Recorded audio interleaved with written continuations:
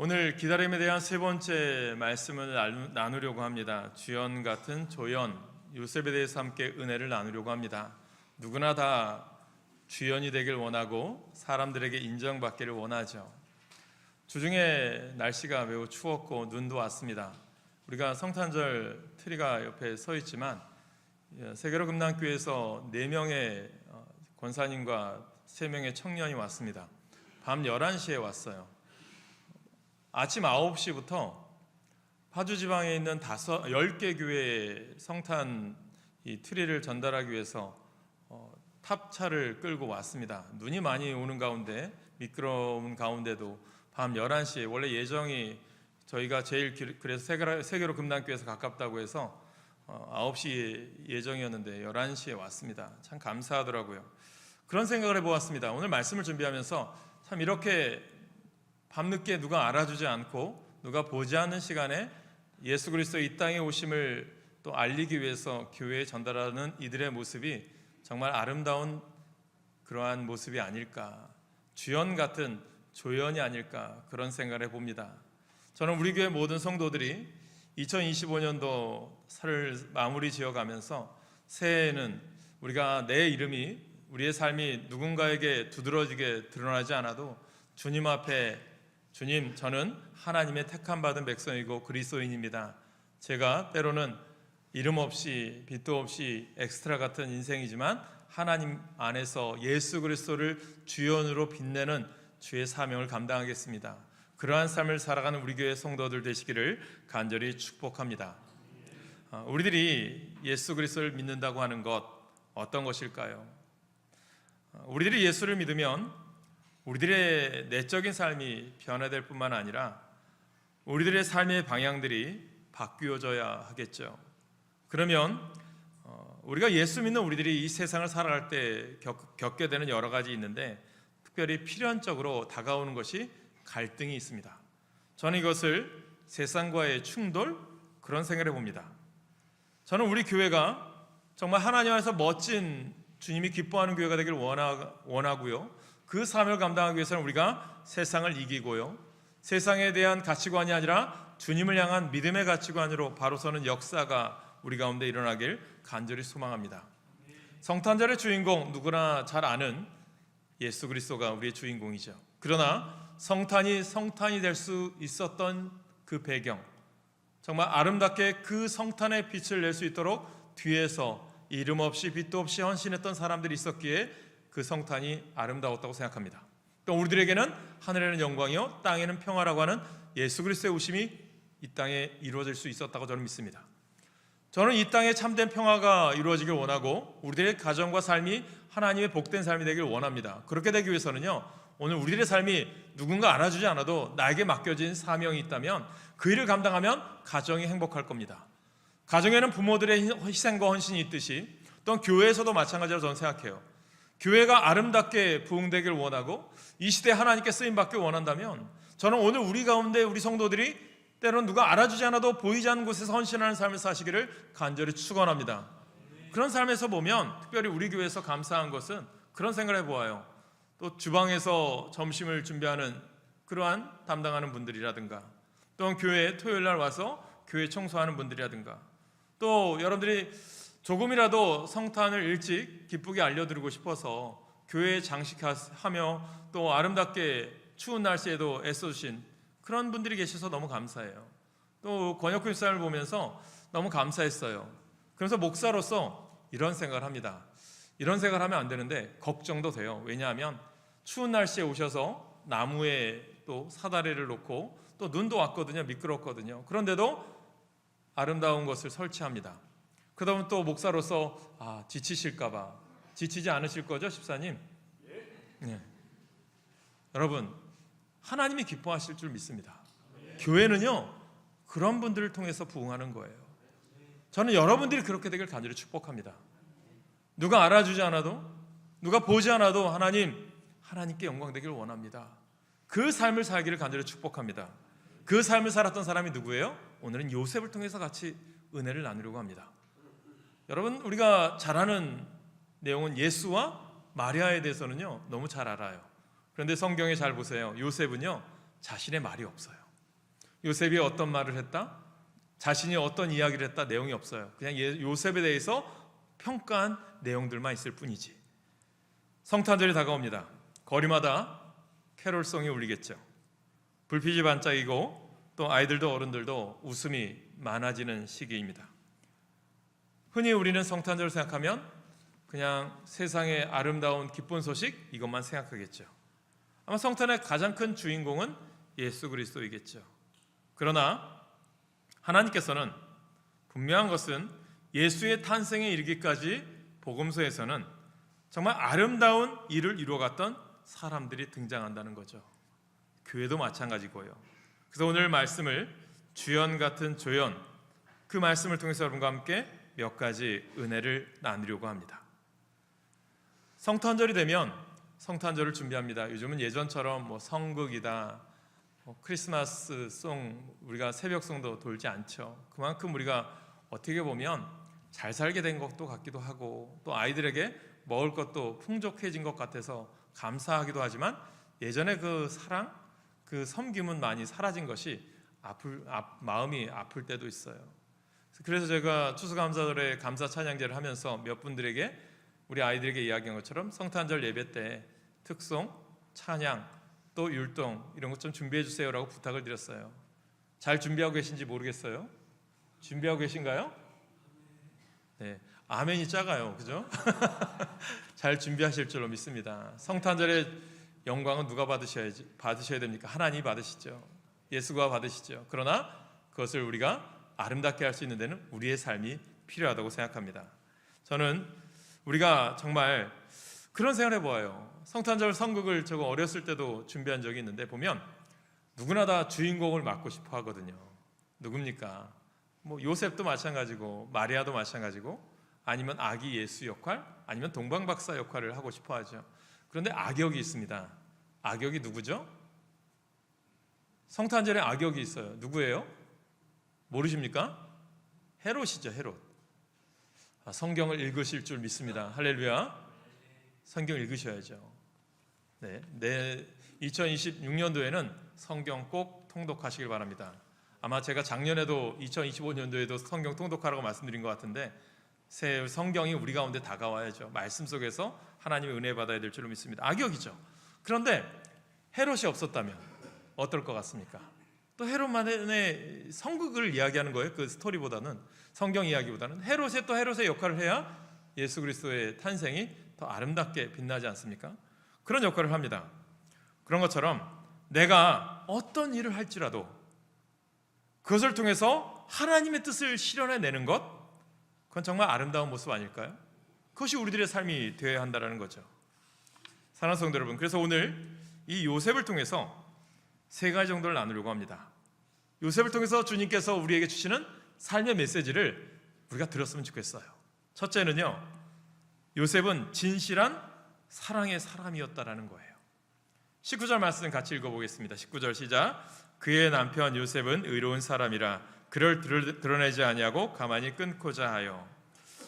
성경을 요셉에 보면 요셉을 이렇게 이야기합니다. 의로운 사람이라고 이야기합니다. 그렇다면 우리가 생각하는 의는 뭘까요? 당연히 자기에게 어려움이 온 거잖아요. 요셉, 사랑하는 아내로 맞이할 마리아에게 뜻하지 않은 일이 일어납니다. 상상하지 못할 일이 일어났어요. 여러분은 어떻게 반응하시겠습니까? 여기서 의로운이라고 하는 단어를 원어로 찾아보겠어요.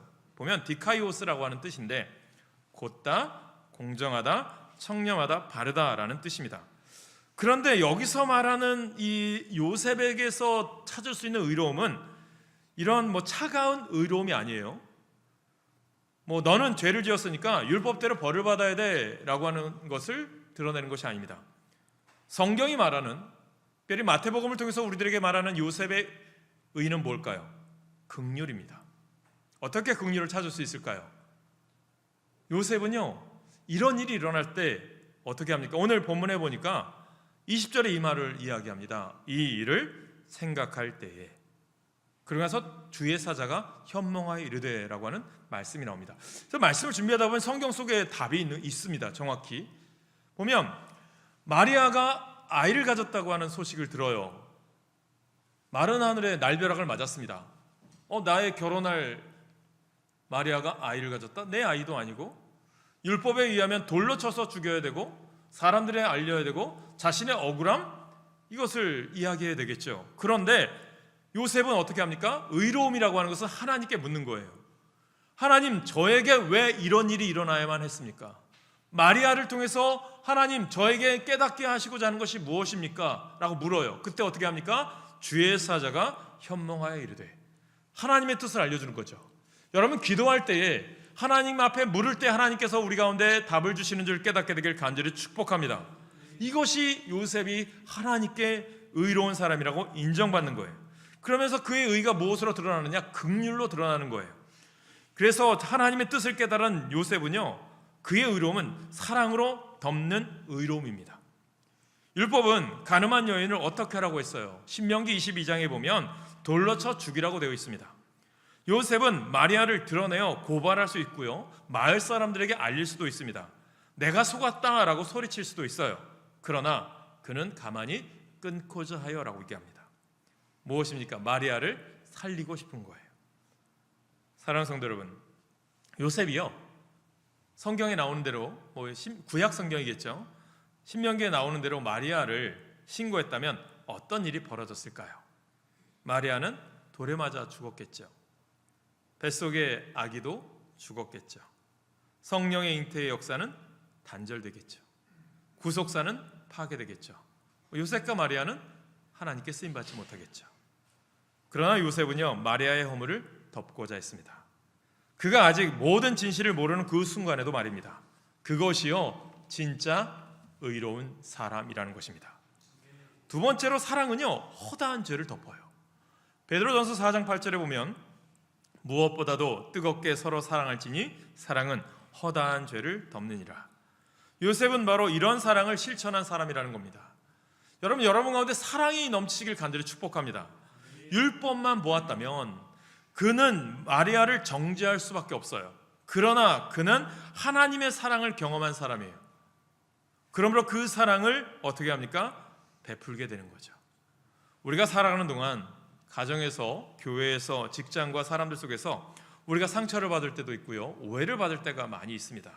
그때마다 요셉처럼 사랑으로 덮고 감싸고 품을 수 있는 믿음의 신앙이 우리 가운데 있기를 간절히 축복합니다. 그것이 하나님이 쓰시는 사람들의 특징이라는 거예요. 세 번째로, 예수님은 사랑의 가정에서 태어났어요. 이래서 예수님의 아버지가 요셉이 될 수밖에 없었고, 이래서 예수님의 어머니가 마리아일 수밖에 없는 거예요. 저는 우리 교회도 마찬가지예요. 이래서 여러분들이 하나님께 사랑받는 자가 되시길 바랍니다. 여러분들이 직분을 받을 수 있을 만한 조건이 되고 하나님께 쓰임받을 만한 조건이 되시길 간절히 소망합니다. 하나님은 요셉의 가문을 선택한 이유가 뭐라고 생각하십니까? 부자여서요? 명문이어서요? 권력이어서요? 아닙니다. 요셉은요, 사랑의 인격을 가진 사람, 하나님의 품성을 가진 사람. 그래서 하나님은 그 집에 예수님을 보내신 거예요. 우리가 누구를 돕고요, 누구를 품고 누구를 이해하는지요, 하나님은 다 알고 계시거든요. 우리의 가정도요, 그러한 사랑이 넘치는 가정 되시기를 간절히 축복합니다. 그럴 때 하나님이 그 가정을 사용하셔요. 두 번째로 요셉을 통해서 깨닫는 것, 요셉은요, 즉각 순종의 사람입니다. 저는 여러분들이 순종이 넘치시길 소망합니다. 순종을 이야기할 때 보면 팀 켈러가 쓴 책이 있어요. 예수라고 하는 책이 있습니다. 이 책에서 보면 이 순종이라고 하는 것을 용기라고 이야기하는데, 용기를 이렇게 표현하고 있어요. 내가 결정할 권리를 내려놓는 용기. 이제는 성령님 앞에서 요셉이 자신의 권리를 포기하고 하나님께 순종합니다. 여러분 24절을 볼까요? 24절 같이 읽습니다. 시작. 요셉이 잠에서 깨어 일어나 주의 사자의 분부대로 행하여 그의 아내를 데려왔으나. 여러분, 이게 말로 할 때는 쉽습니다. 그러나 실제 상황에서는 절대 쉽지 않아요. 요셉은 어떤 상황입니까? 마리아가 아기를 가졌고요, 그 아이는 자신의 아이도 아니었어요. 주변 사람들의 시선이 얼마나 따갑겠습니까? 평생 이것에 대해서 또 설명도 해야 되겠죠. 그래서 여러분 한번 생각해 보세요. 하나님의 주권에 대해서 많은 사람들이 예수 믿는 사람, 기독교인이 되었고 아마 더 많은 사람들이 예수 믿고 싶어하는 사람들도 많을 겁니다. 그런데요, 그런 생각해 봐요. 진정한 크리스찬이 되지 못하고 크리스찬이 되는데 주저하는 이유가 있어요. 저는 여러분들 그런 생각합니다. 교회를 다니는데 여러분들 봉사하거나 헌신하는 사람들이 있어요. 그리고 헌신에 대해서 또 주저하는 사람도 있습니다. 왜 그럴까요? 뭐냐면 이렇다고 생각하는데, 기독교인이 되어서 헌신하는 사람이 되어서 이것저것 해야 되는 게 내가 많아요. 여러분들도 아마 그럴 거예요. 내가 하고 싶은 일들이 많아요. 또 예수를 믿으면 하지 말아야 되는 것들이 많아요. 그러면 깨달으셔야 돼요. 내가 예수를 믿는다라고 하는 것, 가장 기본적인 전도요 CCC에서 저는 사형리에서도 마지막 사형리, 마지막 네 번째 원리는 인생의 주인의 하나님이, 인생의 주인은 내가 앉는 것이 아니라 예수님이 앉는 거잖아요. 그러면 여러분, 누군가의 지배를 받는다는 것, 예수 믿는다는 건 누구의 지배? 예수의 지배 받는 거예요. 그런데요, 싫은 거예요. 내 마음대로 하고 싶은 거예요. 내 뜻대로 하고 싶은 거예요. 무엇입니까? 내가 강하기 때문에 헌신하지 않는 거예요. 내가 강하기 때문에 내려놓지 못하는 거예요. 요셉은요, 철저하게 내려놓습니다. 하나님이 천사를 보내어서 요셉에게 말씀해 주어요. 요셉아, 두려워하지 말아라. 네 안에 마리아 데려오기를 무서워하지 말아라. 이 모든 일은 성령으로 된 것이니라. 이 말을 인간적으로 믿을 수 있겠습니까? 상식적으로 믿을 수 있습니까? 경험을 넘어서는 말이죠. 세상의 이치로는 설명할 수가 없어요. 그런데 요셉은 즉각 순종합니다. 그래서 여러분들 이 강림절기잖아요. 대림절기라고 하고도요, 우리들에게 주시는 가장 명백한 도전이 있어요. 이런 도전이 있어요. 우리들의 삶에 예수님이 들어오심으로, 그분이 왕이 되심으로 내 삶에서 달라진 것이 무엇이 있습니까? 우리는 성경에서 예수님의 부르심에 이런 생각을 합니다. 조건을 달 때가 있거든요. 조건. 만일 혹은 조건을 달았던 사람들이 예수님을 떠나갔다는 사실을 우리 알고 계십니까? 무엇이냐면 내가 예수님을 따르겠습니다만은 조건이 붙어요. 또 우리가 교회에서 제일 많이 사용하는 게 순종하십시오 라고 말합니다. 그런데 조건을 다는 순간 순종은 더 이상 순종이 아닙니다. 조건을 다는 순간 주님은 우리의 왕이 아니라 조언자의 수준에 다르겠죠. 조언자와 같은 거예요. 예수님께서 우리들의 왕으로 오신다라고 하는 진정한 의미는 이제 우리의 삶의 결정권을 기꺼이 포기하고 그분께 맡긴다는 거거든요. 맡기십니까? 많은 사람들은 맡기지 못하고 내 생각이 앞서거든요. 그래서 순종은 이해한 후에 하는 것이 아니거든요. 우리는 종종 이렇게 생각합니다. 하나님, 제가 이해가 되면 순종하겠습니다. 납득이 되면 따르겠습니다. 상황이 정리되면 가겠습니다. 그러나 성경은 말해요. 이해하고 순종하는 것이 아니라 순종하고 이해하는 것이다. 요셉이 그랬거든요. 여러분, 위대한 믿음은 즉각 순종에서 시작되잖아요. 여러분, 믿음의 사람 아브라함, 아들을 주실 때 어떻습니까? 모리아산으로 이삭을 바치러 갈 때는 어떠했습니까? 말도 안 되는 말씀을 들었지만 즉시 순종합니다. 모세도 그렇고요, 여호사밧도 그렇고요, 사르밧 과부도 순종할 때 하나님의 역사가 일어나는 거예요. 교회에서 여러분들이 헌신, 섬김, 봉사도 마찬가지 아닙니까? 많은 사람들이 내 시간 나 쪼개고 남은 시간이 없어. 저 바빠요. 하나님, 이 상황 정리돼야 제가 일할 수 있고요, 교회 일할 수 있습니다. 헌신하고 봉사하는 거예요. 하나님, 제가 보니까 내 시간 다 보니까 시간이 없어요. 안 돼요. 그렇게 생각하죠. 하나님이 무엇을 기뻐하시겠습니까? 주의 일에 먼저 하는 겁니다. 우선순위가 누구에게 있어요? 주님께 있는 겁니다. 성도 여러분, 우리 삶에도 하나님의 기적은요, 순종 이후에 일어나는 줄 믿으시길 간절히 축원합니다. 성경은 끊임없이 그걸 요구하거든요. 요단강이 갈라지잖아요. 어떻게 갈라집니까? 저절로 갈라진 다음에 걸어갔나요? 제사장이 법궤를 메고 하나님 말씀에, 여호수아가 하신 말씀에 법궤를 메고 너희들이 요단강에 발을 디뎌라. 그때 갈라지잖아요. 여리고성이 무너집니다. 어느 때 무너집니까? 무너뜨려 놓고 들어가라고 하십니까? 하루에 한 바퀴씩 돌고 마지막에 7바퀴 돌고 여리고성아 무너져라 외칠 때 순종함으로 무너집니다. 그게 쉬웠을까요? 적들이 화살을 쏘면 죽어야 되는 상황이고요. 요단강에 내가 빠져 죽으면 어떡하지?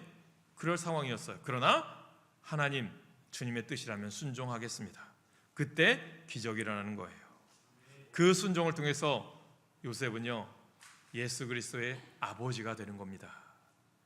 만약에 요셉이 이렇게 하지 않았다면 마리아는요, 버림받을 수밖에 없었겠죠. 예수님의 탄생 불안했겠죠. 하나님의 계획 난관에 부딪혔겠죠. 그러나 요셉은요, 자신의 감정, 체면, 상처, 억울함 다 내려놓고 하나님의 말씀 한마디에 순종합니다. 그때요, 성탄의 역사가 이루어지는 겁니다. 하나님은 지금도 우리에게 원하는 거예요. 성탄의 기쁜 소식이 온 누리에 퍼지길 원해요. 그 일을 위하여 오늘 우리를 부르신 거예요. 2025년도 성탄절에 요셉처럼 즉각 순종하는 신앙 회복되시기를 간절히 소망합니다. 세 번째, 요셉은요, 자기 부인과 절제의 사람이었어요. 25절에 보세요. 아들을 낳기까지 동침하지 아니하더니 나음의 이름을 예수라 하니라. 요셉은 마리아를 아내로 받아들였고요. 그러나 성경이 이렇게 말합니다. 아들을 낳기까지 동침하지 아니하였습니다. 이 말은 무엇입니까? 혹시나 사람들이 결혼하고 나서 요셉의 아이다라고 하는 것을 원치 않은 거예요. 철저히 자기를 부인한 거예요. 권리보다 하나님의 사명이 우선순위였어요. 남편으로서의 권리가 있거든요. 그러나 그 권리마저도 내려놓습니다. 왜요? 하나님의 계획을 온전히 이루기 원해서. 신앙은 언제나 내가 원하는 것보다 하나님이 원하시는 것이 우리의 앞서 가는 것입니다. 그래서 하나님이 쓰시는 사람은 그래서 절제할 수 있는 거예요. 세상이 말하는 성공자와 하나님이 쓰시는 사람은 다르거든요. 세상은 힘과 권력을 말합니다. 하나님은 낮아짐과 절제를 요구하시거든요. 예수님도 그 길을 걸으셨어요. 빌립보서 2장에 보면 예수님은 자신을 비우셨고 낮추셨고 순종하셨고 죽기까지 복종하셨습니다. 요셉 역시 이 정신을 살아낸 사람이에요. 여러분, 그런 삶을 사셔야 되거든요. 여러분, 어느 가게를 가건 어떤 회사건 여러분들이 선택을 할 때 주식을 투자하던 이런 보면 세계 트레이드 센터에 보면 빌황 장로님이 계시죠. 이분이 이런 말을 합니다. 어느 기업에 투자를 해야 됩니까? 펀드 매니저니까요. 그런 얘기합니다. 사장이 크리스찬인 회사 아니면 좋은 회사, 그것이 아니라 그 회사가 하나님이 기뻐하는 일을 하느냐, 거기에 투자하십시오. 그런 말 합니다. 오늘 우리들의 삶이요, 하나님이 기뻐하는 일에 앞장서시길 간절히 축원합니다. 하나님이 여러분들에게 복되시게 하실 거예요. 성경에서 요셉은요, 단 한마디도 하지 않아요. 그러나 그분의 삶 자체가 말씀이었습니다. 말없이 순종하는 신앙, 조용히 하나님의 뜻을 이루는 신앙, 하나님은 그런 사람을 들어 쓰십니다. 이게 우리의 믿음인 거예요. 하나님께서 선택하신 요셉을 한번 바라보세요. 짧지만 영향력이 있었던 그분의 삶을 한번 묵상해 보시길 간절히 소망합니다. 무서워 말라. 그에게 잉태된 자는 성령으로 된 것이니라. 여러분, 우리는 주연 같은 조연 요셉을 본받으셨으면 좋겠어요. 말씀을 맺습니다. 우리가 2026년도를 준비합니다. 여러 가지로 부족합니다. 주의 일을 하면서 생각합니다. 우리 교회도 사역자를 구해야 되고요. 참 보면 어제도 한 번에 미팅할 분들이 있었어요. 근데요, 금요일 밤 11시에 문자가 왔어요. 사역을 할 수 없습니다. 더 좋은 사역자가 구해지길 원합니다. 이렇게 또 문자가 왔어요. 참 이 시대에 사역자 구하기가 이렇게 어려운가. 제가 전도사 때 상황과요, 지금 상황은 참 철저하게 보면 비교가 돼요. 어렵습니다. 그런데 이런 생각을 해봅니다. 하나님께서 또 우리에게 감당할 능력 주실 줄 믿거든요. 여러분들이 다 모두가 사역자가 되어야 된다고 믿어요. 저는 여러분들이 2026년도에는 찬양대, 성가대에서도 봉사하시고요, 여러분들이 또 교사로서도 봉사하시고요, 하나님의 일을 감당하시길 간절히 축복합니다. 하나님 누가 알아줘서 하는 게 아니라 하나님 묵묵히 주의 일 감당하는 사람 되겠습니다. 주연이 아니라 내가 조연일지언정 아니면 엑스트라일지언정 나를 통해서 교회가 더 하나님의 영광이 드러난다면, 또 나를 통해서 하나님의 자녀들이 믿음으로 양육된다면 그 일에 제가 헌신하겠습니다. 하나님은 그런 분들 통해서 주님의 영광이 드러나게 하실 줄 믿습니다. 그 일을 감당하는 여러분 되시길 축복합니다. 요셉은요, 진실한 사랑과 진실한 순종의 믿음으로 하나님의 거룩한 뜻을 이루어 드릴 수가 있었거든요. 비록 요셉은 구주 탄생의 주인공은 아니잖아요. 그러나 주연 이상의 조연으로서 그 소임을 다한 사람이었습니다. 우리가 대림절 이 절기에 특별히 우리는 요셉의 삶을 한번 본받아 봅시다. 우리가 계속해서 기다림에 대한 말씀을 나누잖아요. 사가랴와 엘리사벳에 대해서, 또 세례 요한에 대해서, 또 우리가 드러나는 많은 안나와 시므온과 또 동방박사라든가 저 들녘에 있는 목자들이 예수의 오심을 기다리고 맞이했던 것처럼, 저는 오늘 우리들의 삶이요, 이 시대를 아름답게 빛나는 일에 앞장섰으면 좋겠어요. 전쟁과 아픔이 있는 곳에, 또 우리와 세상이 희망이 없는 세상 속에 우리 교회가 세상의 소망이 되었으면 좋겠어요. 예수의 이름으로 나는 일어서리라. 주가 주신 능력으로 나는 일어서리라. 원수가